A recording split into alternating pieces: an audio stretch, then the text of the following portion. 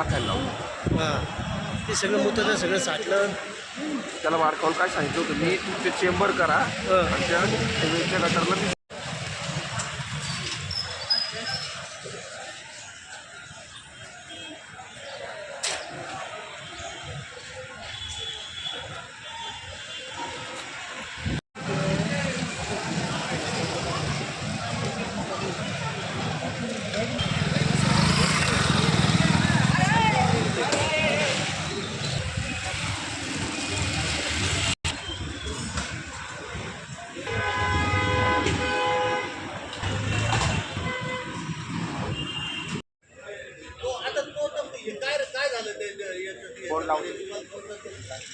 बोला. प्रमुख म्हणजे ना खड्डे.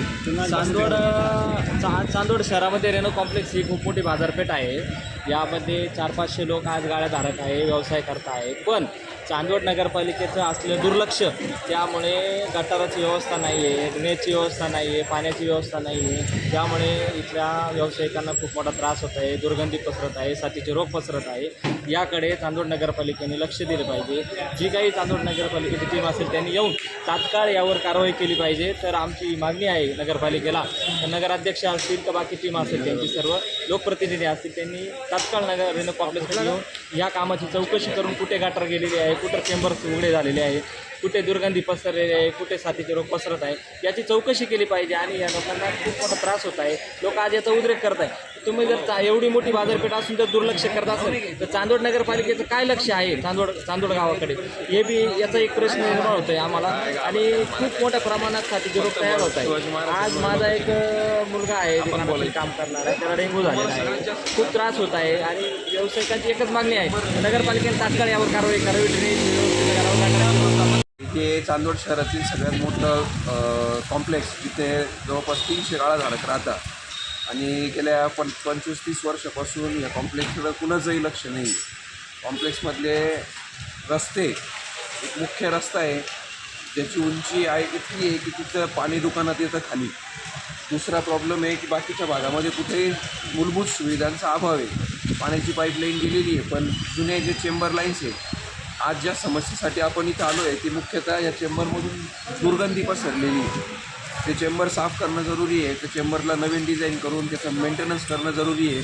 या व्यतिरिक्त हेच खड्ड्याचं साम्राज्य बघा तुम्ही. प्रत्येक पावसाळ्यात इथे पूर्ण पावसाळा पाणी साचलेलं असतं. याच्यावरही उपाययोजना व्हाव्या अशी इथल्या नागरिकांची इच्छा आहे. याची लेखी तक्रार आम्ही नगरपरिषदेकडे केलेली आहे. आज अधिकाऱ्यांनी मीटिंगातही दिली आहे. पण आता आम्ही कारवाई व्हायची वाट बघतोय. तर मला पत्रकारांनाही विनंती आहे की तुम्ही सगळ्यांनी रेनो कॉम्प्लेक्सच्या सगळ्या समस्यांचा मुद्दा तुमच्यामार्फत शासनापर्यंत पोहोचावा अशी इथल्या नागरिकांची, आणि मी लोकप्रतिनिधी म्हणून त्याचा पाठपुरावा करेन आणि याचा आपण मार्ग काढायचा प्रयत्न करू. काका, मी संदीप तातार बोलतो, रेणुका कॉम्प्लेक्स. आमच्या आतील बाजूस खूप खड्ड्याचं साम्राज्य झालेलं आहे आणि तिथे ड्रेनेजचा पण प्रॉब्लेम आहे. ते प्रॉब्लेम असा आहे की इथं आम्हाला काम करण्यास अडचण होती. काय कारण असतो? खूप खूप खूप खूप जास्त प्रमाणात दुर्गंधी सुटलेली आहे. कशामुळं? ड्रेनेजमुळे.